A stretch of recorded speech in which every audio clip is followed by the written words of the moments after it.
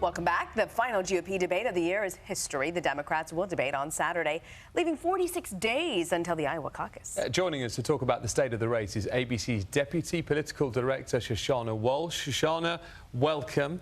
Of course. Donald Trump, the latest polling, there's an ABC poll that came out recently that was very interesting. What did it say? It really is interesting because it shows Donald Trump leading by such a wide margin. 38%. The next after that is Ted Cruz with 15%, then Marco Rubio with 12%. So you really have this really wide margin.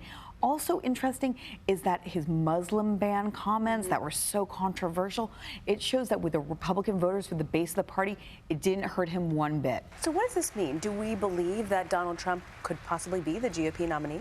I think definitely he could possibly be. He's gone absolutely, he hasn't fallen in any polls. Instead, he has the widest margin of any poll since he entered the race 6 months ago. So I think that as the party leader for so long, of course, there's a possibility that he'll be the nominee. When it's him against another 13 versus him against just one other or two other people, and all those other votes have coalesced somewhere else. That's the big question, isn't it? That's where he could really fall down, I think. Right. When voters have less of a choice, of course it will narrow.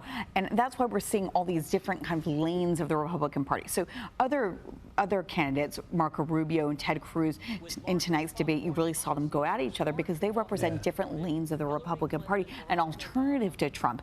But there weren't really any candidates that took Trump on except for Jeb Bush. He, who has really been low in the polls, he really went after Donald Trump tonight to try to make a dent. Do you think he had an impact? Because he was the one who walked in with a huge war chest when it comes to money. Does he still have a chance in all of this?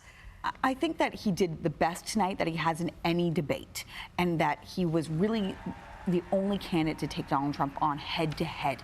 But I still think that he has a large hill to climb. It's the race you can't predict, isn't it? We can all explain it afterwards, but when you get these big moments like Trump talking about Muslims, you know, a lot of commentators think, well, that's it. Our analysis says, oh, that will hurt Donald Trump. And instead, it's quite the opposite. I want to look ahead, though, to Saturday's debate with the Democrats. What can we expect? ABC News debate. Yes, the ABC News debate. What can we expect? So I think that really Hillary Clinton is going to want to look like the front runner nationally that she is, and to position herself towards the general election. But of course, there is still that primary beforehand. And in New Hampshire, where our debate is, Bernie Sanders is leading there. And in Iowa, the first caucus state, Hillary Clinton is leading, but he is only behind by about 10 points or so. Does he have a route? Does he actually have a realistic and credible route, Bernie Sanders, to the Democratic nomination? I think at this point it's difficult to see him beating Hillary Clinton, but we can't ignore those polls, especially in New Hampshire, which is the first primary state where he's leading. A lot to watch. Our thanks to Shushannah Walshe. Thank Next you. up, the skinny. Anytime.